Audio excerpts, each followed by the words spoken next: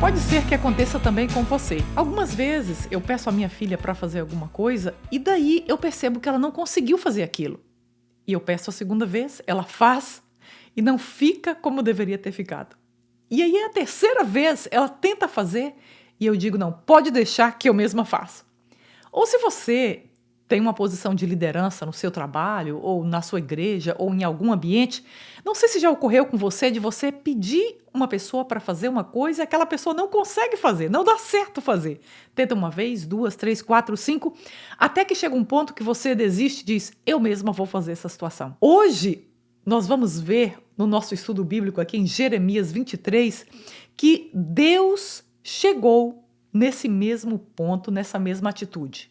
As coisas estavam tão complicadas em Israel, especialmente no reino do sul, onde estava Judá, que Deus falou, agora eu desisto de trabalhar com os líderes. Eu mesmo vou resolver esse problema que está acontecendo na Terra.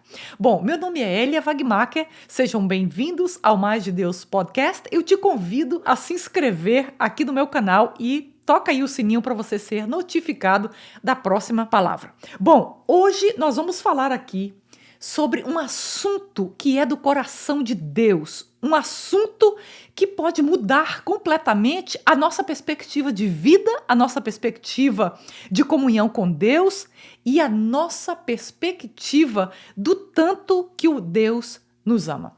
O que acontece? O rei Davi, ele sentou-se no trono e se tornou rei 1000 anos antes de Cristo. Então, desde que Davi sentou no trono, 444 anos se passaram e agora estava no trono de Israel o rei Zedequias, que foi o último rei de Israel. O que aconteceu? Após Davi morrer, Salomão assumiu o trono e Salomão teve um reinado glorioso e sábio, como todos nós já conhecemos. Só que Salomão não conseguiu passar isso para os seus filhos. Então, o reino foi dividido, ficou então Reino do Norte e Reino do Sul.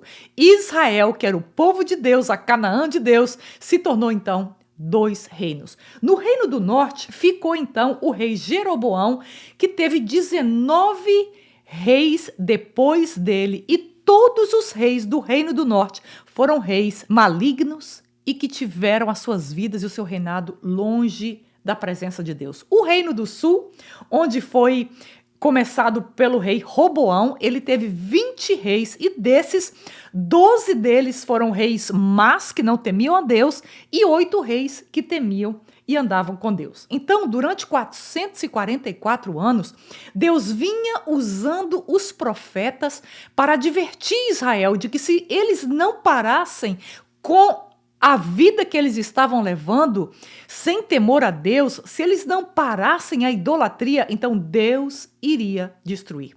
Deus mandou vários profetas para avisar, já nos últimos anos, de que se eles não se voltassem para Deus, Deus iria levá-los para o cativeiro. Então, nesse momento aqui, no capítulo 23 de Jeremias, nós vemos que esse momento tenso está acontecendo aqui em Judá. Nabucodonosor já havia invadido, já havia levado, vamos dizer assim, a nata da sociedade para a Babilônia, depois teve uma segunda remessa e então uma terceira remessa, chegando ao ponto de Deus destruir completamente e o templo de Deus e Jerusalém se transformou em cinzas, porque Deus promete e Deus cumpre o que prometeu. É interessante que Deus usa um rei que é considerado um rei má, um rei maligno na face da terra. Ele era o maior rei do planeta Terra naquele momento. Nós estamos falando de Nabucodonosor. Mas é interessante que Deus chama Nabucodonosor de meu servo. Eu quero dizer para você, não se preocupe tanto com a questão política do seu país. Se preocupe em buscar a Deus para que Ele governe sobre todas as coisas. Que Ele governe no seu país através das lideranças. Por que eu estou dizendo isso?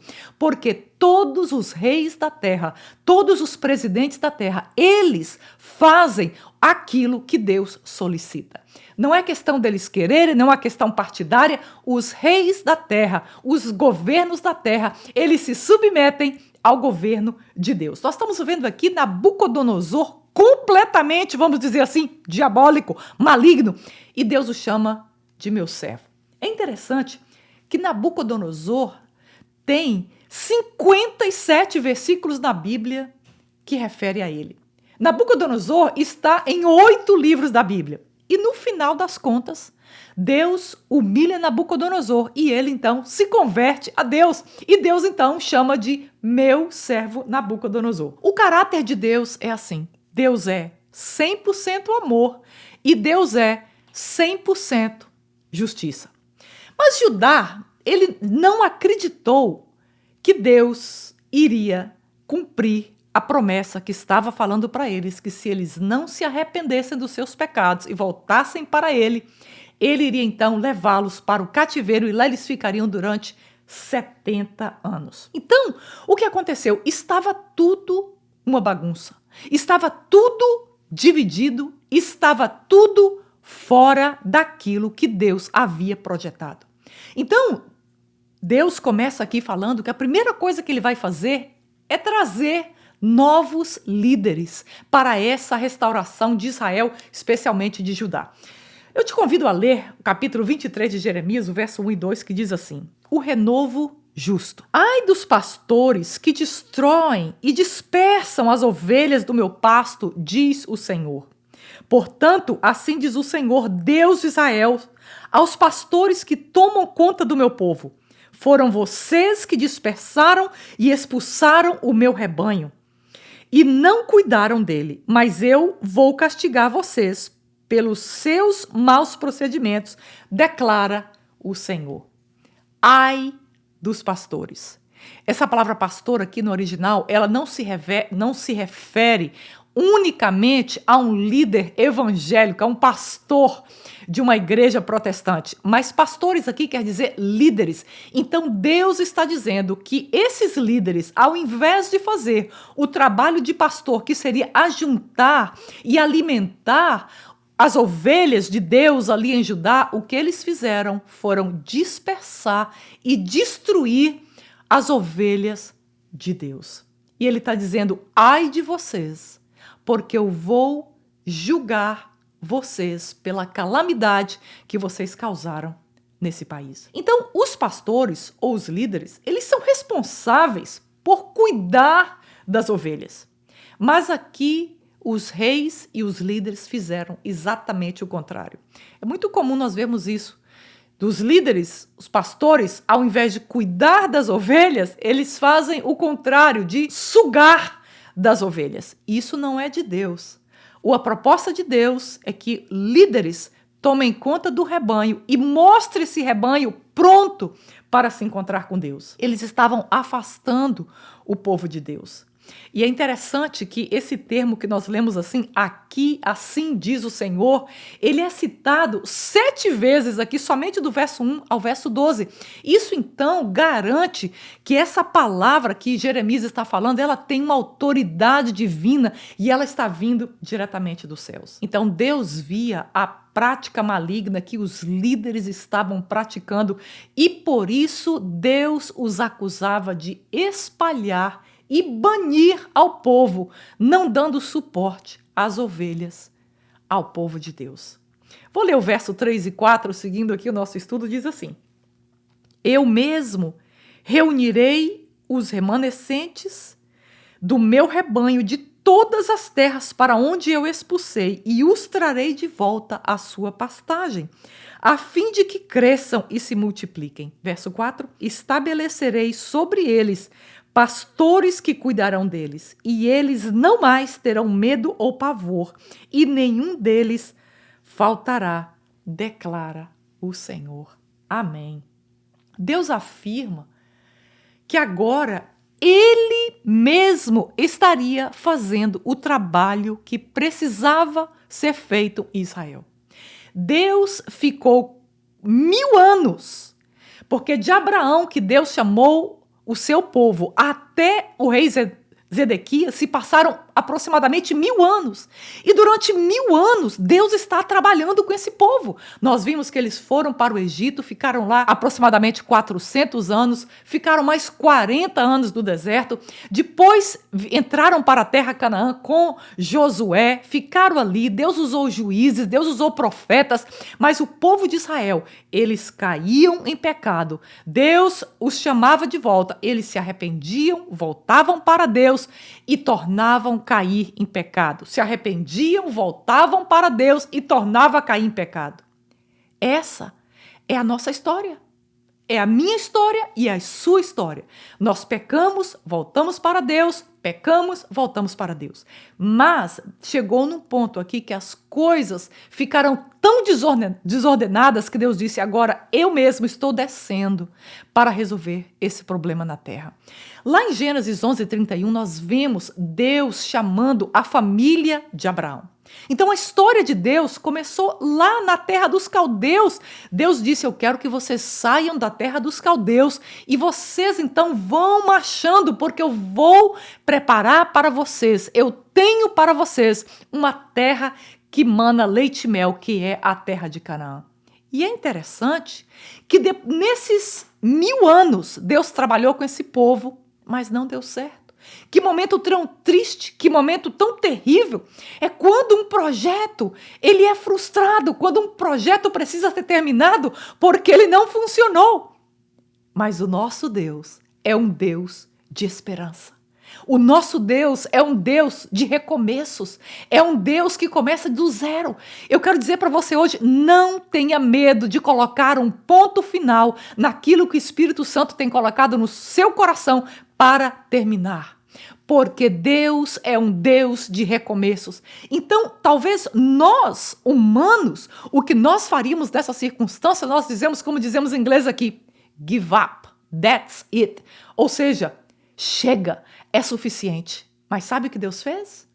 Deus aqui manda esse remanescente de Judá para a Babilônia. E sabe onde é a Babilônia? A Babilônia é hoje o Iraque, a 50 milhas de Bagdá, mais ou menos. Esse lugar que se chamava Babilônia aqui na Bíblia, nada mais, nada menos é do que a terra dos caldeus. Exatamente onde Abraão morava e onde toda a história começou. Não é interessante? Deus fez todo um ciclo de 1000 anos. Não funcionou. Ele disse, vamos começar do zero outra vez. Só que dessa vez eu estarei diretamente sendo o pastor e o líder de vocês. Passaram-se 15 gerações do rei Davi até o rei Zedequias. E dessas 15 gerações, estava agora acabando esse tempo e não havia um homem, um rei que pudesse dar continuidade àquela dinastia de Davi para cumprir a promessa que Deus fez a Davi. Deus disse para Davi, olha Davi, eu estou tão satisfeito com o que você é e com o seu reinado, que para sempre haverá um herdeiro seu no trono. Mas aqui nós vimos o que está acontecendo. Deus agora está destruindo a família real, Deus agora está destruindo a dinastia ali no Judá. E o que está então acontecendo? Deus manda o remanescente para Babilônia, porque dessas pessoas iriam surgir ali aquele que seria a raiz de Davi, de onde viria o Salvador da humanidade. E lá na Babilônia não foi fácil para eles, porque ali foi o fogo da purificação. Eu imagino a saudade que eles tinham do culto, da casa do Senhor, da comida, dos amigos, dos parentes, daqueles que não puderam ir, das suas casas, das suas camas, das suas cidades. Tudo agora era diferente na Babilônia, porque Deus estava purificando esse remanescente ali na Babilônia. E nós temos homens e mulheres tremendos que se levantaram, que Deus levantou ali na Babilônia. Nós temos Daniel, nós temos a rainha Esté, nós temos Neemias, nós temos Esdras. Mesmo naquele lugar, Deus continuou a sua história levantando e falando com seu povo naquele lugar. Em Gênesis 11:11, quando Deus chamou Abraão da terra de Ur, da terra dos caldeus, nós vimos que Deus prometeu para ele, olha, eu vou dar para você e sua descendência, que será incontável, uma terra que mana leite e mel. Deus fez tudo, absolutamente tudo, mas não funcionou. E agora eles retornam então para a terra dos caldeus, que era a Babilônia daquele momento, para então Deus recomeçar uma nova história com aquele povo. Deus começou essa história com Abraão, tirando-os da terra de Ur, da terra dos caldeus. E agora Deus recomeça essa história novamente na terra de Ur, na terra dos caldeus. Isso nos mostra que Deus é poderoso e fiel ao seu povo. Deus é um Deus de recomeço. Deus não teve problema de começar da estaca zero. Qualquer um de nós teríamos parado, teríamos desistido com um povo tão rebelde e desobediente. Mas Deus deu mais uma chance para o seu povo, porque ele tinha uma promessa desde lá do Éden, que levantaria aquele que salvaria a humanidade e pisaria a cabeça da serpente. Nós vamos ver agora quem é essa salvação. Como é agora que Deus provê essa salvação para Israel, esse pastor para Israel que mudaria toda a história para sempre. Vou ler o verso 5 que diz assim: Dias virão, declara o Senhor, em que levantarei para Davi um renovo justo, um rei que reinará com sabedoria e fará o que é justo e certo na terra. Amém. Deus aqui está claramente anunciando a vinda do Messias, o nascimento do Senhor Jesus Cristo. Ele diz, vai vir um pastor e ele reinará com justiça. E essa expressão desse broto que está nascendo de uma galha e de uma árvore seca, Isaías e Ezequiel também faz referência a Jesus como esse broto. A terra já está ali com essa árvore seca, com esse galho seco. Não há mais esperança, aparentemente, para Judá e para Israel, para esse povo. Mas dessa secura, Deus levanta a esperança. Deus levanta um broto novo, que é o nascimento do Senhor Jesus Cristo, do Messias, do nosso Salvador. Quando nós lemos lá da genealogia de Jesus, nós vemos Cristo, Filho de Deus, Filho de Abraão. Aleluias! No livro de Mateus, nós vemos a genealogia que liga José diretamente a Davi, mas quando nós vamos para outros livros e vemos outros evangelhos, como Lucas, e vemos a genealogia de Maria, nós vemos que Maria também está completamente conectada nessa árvore genealógica, vai até Natã. Então, os dois são ali legalmente e por sangue aquele que é a descendência de Davi, que irá sentar no trono de Davi e de Israel para sempre. Em Apocalipse 22:16, tem um versículo que eu amo, nós vemos o próprio Jesus dizendo, eu sou a raiz de Davi, a estrela da manhã. Aleluias! Jesus está mostrando aqui que ele é aquele que deu continuidade ao reinado de Davi, chegando a ser o último rei que reinará para sempre no trono de Israel. E ele diz, eu sou a estrela da manhã. Sabe por quê? Porque ele é a nossa esperança. Quando nós estamos vendo aqui, quando tudo está acabado, Deus levanta com a solução, Deus levanta com a resposta no meio do inesperado. Verso 6. Diz assim, em seus dias Judá será salva, Israel viverá em segurança, e este é o nome pelo qual será chamado, o Senhor é a nossa justiça. Aleluias! Jeremias profetiza sobre o reino de Jesus, onde você e eu estaremos um dia. É interessante que ele vinha aqui aparentemente tentando consertar a situação de Judá somente, que estava perdendo o reinado, perdendo o lugar, perdendo a posição. Mas agora Deus leva a situação para o geral, para o dia que o Senhor Jesus Cristo virá quando ele viesse à terra e, sendo como Messias, ele reinaria como rei justo sobre Israel. O verso 7 e 8 diz assim: portanto, vem dias, diz o Senhor, em que não mais dirá, juro pelo nome do Senhor que trouxe os israelitas do Egito, mas se dirá, juro pelo nome do Senhor que trouxe os descendentes de Israel da terra do norte e de todas as nações para onde os expulsou, e eles viverão na sua própria terra. Enquanto todos ali estavam concentrados em Judá, Deus agora está ampliando esse reinado dele para mim e para você. Ele está dizendo que ele era conhecido antes, ele foi aquele que prometeu que tiraria o povo do Egito e levaria para a terra prometida. Mas agora seria muito maior, porque agora não seria apenas o Egito, mas ele traria e trará o seu povo de todas as nações. Isso inclui a você e inclui a mim. Quando o Senhor Jesus retornar pela segunda vez reinando em Jerusalém, povos de todas as nações virão, aqueles que pertencem a ele, para estar debaixo do reinado dele. Mas ele refere aqui algo muito mais do que o que estava acontecendo ali naquele momento. Nós vimos depois que Israel, 70 anos, Judá voltou para a terra, reconstruíram o templo, reconstruíram a cidade.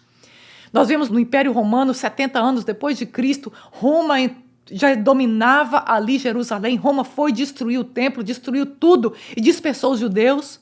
1948, eles reformaram ali e voltou o Estado de Israel. Mas não é sobre isso que Deus está falando aqui. Deus está falando do dia em que Jesus retornar e todo joelho vai ter que se dobrar nos céus, na terra, no inferno e vai declarar que ele é o Senhor dos senhores. Mas nós vamos ver agora que ele mostra aqui qual era o impedimento desastroso que estava acontecendo ali em Judá e por isso ele não estava podendo reinar em Judá. Vamos ver. Do verso 9 a 12 diz assim: profecias mentirosas. Acerca dos profetas, meu coração está partido dentro de mim. Todos os meus ossos tremem. Sou como um bêbado, como um homem dominado pelo vinho, por causa do Senhor e as suas santas palavras. A terra está cheia de adúlteros e por causa disso a terra chora e as pastagens do deserto estão secas. Seu modo de vida é perverso e o seu poder é ilegítimo. O verso 11 diz assim: tanto o profeta como o sacerdote são profanos. Até no meu templo encontro as suas iniquidades, declara o Senhor. Verso 12.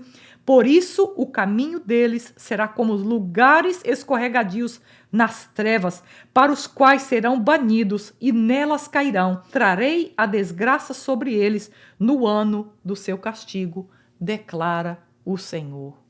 Jeremias está tão chocado com a palavra de Deus aqui que ele está como bêbado. Ele diz que ele perdeu o controle de si mesmo, ele está como que embriagado, de tão chocado que ele está da dureza da palavra de Deus aqui contra esses pastores e contra esses líderes que têm se rebelado contra Deus. Seu modo de vida é perverso e o seu poder apoia-se na falsidade. Você conhece alguma coisa semelhante na nossa geração? Ele está dizendo o poder que esses líderes têm é ilegal. Eles estão lá, mas é ilegal o que eles estão fazendo, porque eles estão fazendo falsamente. O que eles fazem é destruição e mentira. E aqui ele acusa os sacerdotes e os profetas que profanaram tudo com as suas mentiras. E eu te pergunto, o que há de errado numa falsa profecia? O que há de errado num falso ensinamento? O que há de tão errado no evangelho da prosperidade? O que há de tão errado no evangelho do sucesso e do bem-estar? Mas, Zélia, o que há de errado o pastor usar de uma mentirinha para consolar o pobre do fiel, do irmão que está passando por uma situação tão tenebrosa, e o irmão vai e diz, olha, Deus falou que Ele está abrindo uma porta para você, Deus falou que Ele está abrindo um caminho, quando na verdade Deus está dizendo, olha, eu estou preparando a destruição para você. Eu te pergunto, o que há de errado nisso? O que há de tão grave quando um profeta, quando um líder diz uma coisa que Deus não falou? Eu te pergunto, já ocorreu com você alguma vez de alguém usar o seu nome e dizer uma coisa que você não falou? Comigo já aconteceu. E quando você lida com a situação, você diz, uau, really? É uma situação indignante. E Deus aqui está indignado pelos pastores, profetas e sacerdotes que estão usando o nome dele quando ele não mandou aquela palavra. Ele estava mandando uma palavra de destruição. Se você ler dos capítulos anteriores, Deus estava mandando uma palavra dizendo, olha, vocês estão indo para Babilônia, vocês vão ficar lá 70 anos, nunca mais vocês verão a face dessa cidade, vocês serão destruídos, muitos de vocês irão morrer, e eles tiveram mortes terríveis. Enquanto os sacerdotes e os pastores estavam lá dizendo, olha, está tudo bem, vai estar tudo bem, está tudo ok com você.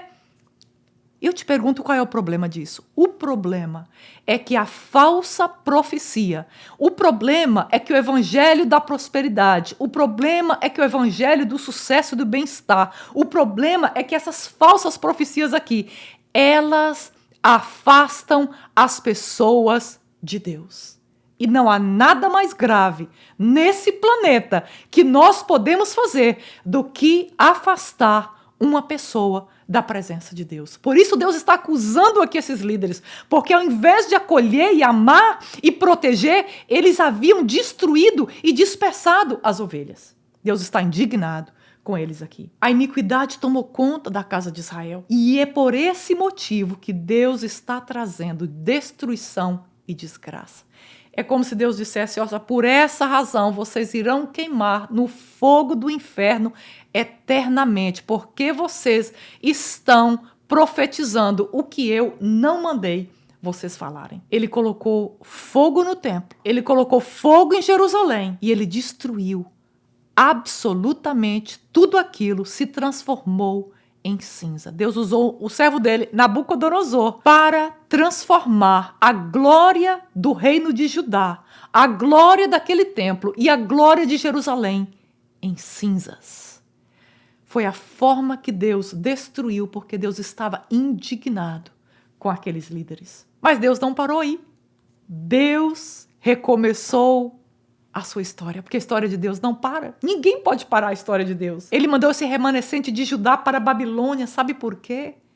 Porque ele amava Israel e Judá. Sabe por quê? Porque ele ama a você e a mim. Ele mandou aquele povo para que daquele remanescente nascesse Jesus, que seria o seu Salvador e o meu Salvador. E eu te pergunto, o que seria das nossas vidas sem o Senhor Jesus Cristo? Você é capaz de imaginar por um momento? O que seria a sua vida hoje sem o Senhor Jesus Cristo? O que seria da sua família? O que seria do seu futuro, do seu destino? O que seria da sua eternidade, da minha eternidade sem o Senhor Jesus Cristo? E essa promessa se cumpriu parcialmente quando, aproximadamente 400 anos depois desse momento, aqui de Jeremias 23, nasceu em Belém a raiz de Davi, a estrela da manhã, o Messias, o Senhor Jesus Cristo. Mas um dia, essa promessa vai se cumprir cabalmente, quando ele retornar. Ele nasceu, morreu, ressuscitou, subiu aos céus, mas ele vai retornar para reinar para sempre, cumprindo aqui essa palavra, essa profecia. Nessa palavra que nos anima com o amor de Deus aos nossos corações. Nessa palavra que levanta o nosso espírito, trazendo esperança, porque Deus não desiste do seu povo. Deus cria um caminho para salvar o seu povo sempre. Eu queria te lembrar de 3 coisas que nós aprendemos hoje, 3 lições nessa palavra. Tenha cuidado com quem você nomeia como líder sobre a sua cabeça. E eu agora me refiro a todos os níveis de liderança que você pode ter na sua vida. A segunda coisa, algumas vezes o nosso Deus revela áreas da nossa vida que nós precisamos mudar. Elia, como é que eu faço essa mudança? Começa a mudança nos joelhos. É lá que nós começamos todas as mudanças na nossa vida. Deus mostra situações em nossas vidas algumas vezes e diz, olha, fecha essa porta. Eu quero que você feche essa porta porque eu não quero mais que você tenha esse relacionamento. Eu não quero que você tenha mais relação com essa pessoa, com essa situação, com essa igreja, com essas pessoas, com esse trabalho, com esse tipo de comportamento. Deus algumas vezes nos chama para terminarmos uma fase, um comportamento, um relacionamento na nossa vida. E nós não precisamos ter medo, porque o próprio Jesus fez isso. O apóstolo Paulo fez isso e nós somos convidados a dar as costas quando situações nos separam de Deus. E a última coisa, o nosso Deus nos ama e nunca, nunca desiste de nós. Todos os dias. Eu faço isso e eu quero te convidar a fazer. Quando você acordar, diga para você mesmo, tu me amas, Senhor. Jesus, tu me amas. E eu sei que o Senhor cuida de mim. Confia nesse amor. Entrega a sua vida a esse amor. E o seu destino nunca mais será o mesmo. Eu digo isso não é porque eu li em algum lugar, mas porque essa palavra tem transformado a minha vida. Obrigada, Deus, pelas tuas promessas, pela esperança que nós podemos ter em ti. Eu peço, Deus, que o teu Espírito Santo abençoe o coração da pessoa que me escuta nesse momento e que tu, Senhor, abra os olhos espirituais para que ela possa ver, ele possa ver a tua vontade. Em nome de Jesus. Muito obrigada por você ficar comigo até o final desse estudo bíblico. Você tem desejo no seu coração de compartilhar a palavra de Deus, de que outras pessoas conheçam a Deus? Clica aí e compartilha essa palavra. Você já inscreveu no meu canal? Se não se inscreveu, por favor, se inscreva hoje. Me dá essa alegria para quando eu abrir meu YouTube, está aqui, se inscrever. E se você está na plataforma de podcast, no Spotify ou no Google ou em qualquer outra, também se inscreva para que você possa ser notificado da próxima palavra. Que Deus te abençoe e até o próximo estudo, se Deus quiser.